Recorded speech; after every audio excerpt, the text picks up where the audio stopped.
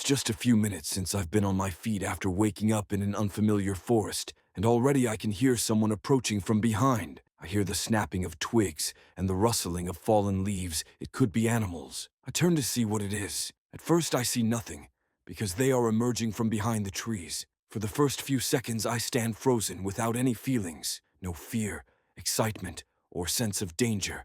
Nothing. In the next phase, my body kicks into action and releases adrenaline, gearing me up to act. It's just in time since an army from hell marches toward me. Horrors only seen in movies are advancing. One of them yells something, and they all charge at me. Within seconds, they'll overtake me, so I turn and begin running for my life. As I turn, I see a strangely painted warrior woman throwing 2 knives at me. I try to duck, but it's too late. They're moving too fast. Miraculously, they miss me, slicing through the air with a loud zzz, just inches from my ears on both sides of my head. I adjust my direction to avoid crashing into her, but she knows exactly what she's doing. She dodges before I can react and heads straight for the enemies, throwing knives like an Amazon. She passes by me, and I turn my head while running to see what's happening behind me. The Amazon delivers several brutal strikes to necks and faces. Unfortunately, she is too close, and the enemy greatly outnumbers her. Suddenly, she changes her running path, sprinting in a quarter circle near the monsters, avoiding direct contact but provoking them. One, closest to her, swings a long 2-handed sword at waist height. She was ready for it. Leaping as though clearing the high bar at the Olympics, she sails over the deadly blade. Landing on her hands, she flips acrobatically, and without losing momentum, springs back onto her feet and keeps running. Most of them are chasing her, but a few of the creatures remain fixated on me. My legs pump as hard as they can. I've never run for my life before, and the sheer intensity is unreal. Survival instincts draw out unknown reserves in me. I wonder how much longer I can keep this up. The answer is simple: as long as I have to. Maybe not for long, though, because another painted warrior appears over the horizon, running toward me. Where are these warriors coming from? This time, I don't wait for knives to zip past my head. I steer clear of him immediately. After a few meters, I check behind me.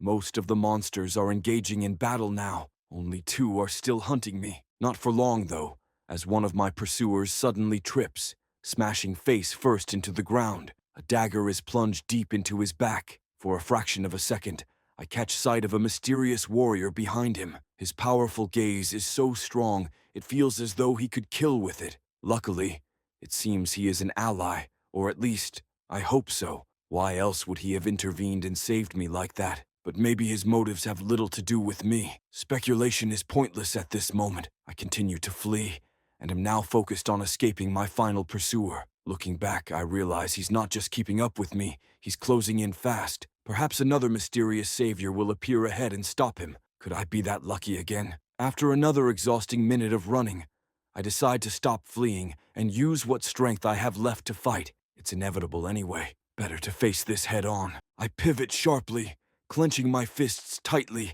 as if they're my only weapons. Facing me is a charging brute, armed, muscular, and straight out of hell. My skin crawls with cold sweat, and I tremble in dread at the monstrosity I've chosen to confront. What was I thinking? Facing this mountain of armor and muscle, wielding a steel bat embedded with spikes, I stand no chance. This isn't an ordinary street fight. It's a one-sided dance with death. The brute swings the bat with unreal strength, aiming to crush me. I dive to the ground just in time, narrowly avoiding the blow. Now I'm lying there helpless as he lifts the bat high, ready to bring it down with crushing force. Rolling to the side, seconds before the bat slams beside my legs, it hits the earth with such force that the ground trembles. Taking advantage of his weapon still pressed to the ground, I kick it with all my strength. The impact stings. I'm barefoot and have struck one of the bat's metal spikes with my left foot. Immediate, sharp pain shoots up my leg.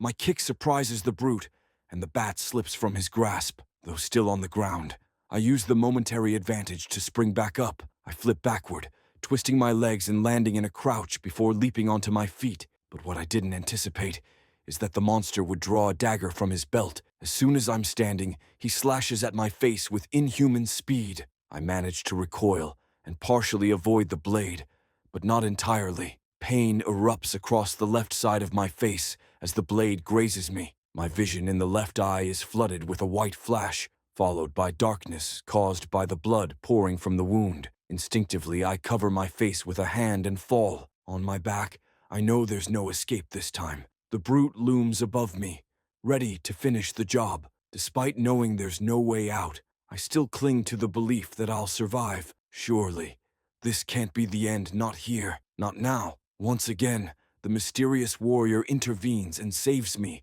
hurling a dagger straight into the brute's face. The monster collapses lifelessly at my feet. My face burns in agony, warm blood soaking through my pajama shirt. My savior runs up to me and examines my condition. Then, he extends a hand and helps me up. Without a word, he gestures for me to follow as we retrace the path I took to get here. I struggle to keep up. The injury to my leg turns every step into a test of will. Each movement is torture. Unable to go any farther, I sit down to inspect the wound my foot. It's a nasty cut, bleeding heavily. I take off the shirt and use it as a sort of bandage to cover the wound on my foot. I'm left just with boxers, but modesty isn't a luxury I can afford right now. Wrapping the shirt tightly around my leg, I manage to stop some of the bleeding and gain a bit more mobility. Slowly, I limp forward as fast as possible, straining against the pain. In the distance, I hear faint cries. Heading cautiously toward the noise, I approach a small hill and peer over. Below lies a scene that stops me in my tracks. What I see below is like something out of a nightmare and a dream, combined a battle between humanity and hatred itself. That's the only way I can describe it. Humans versus monsters. What lies before me is a chaotic mix.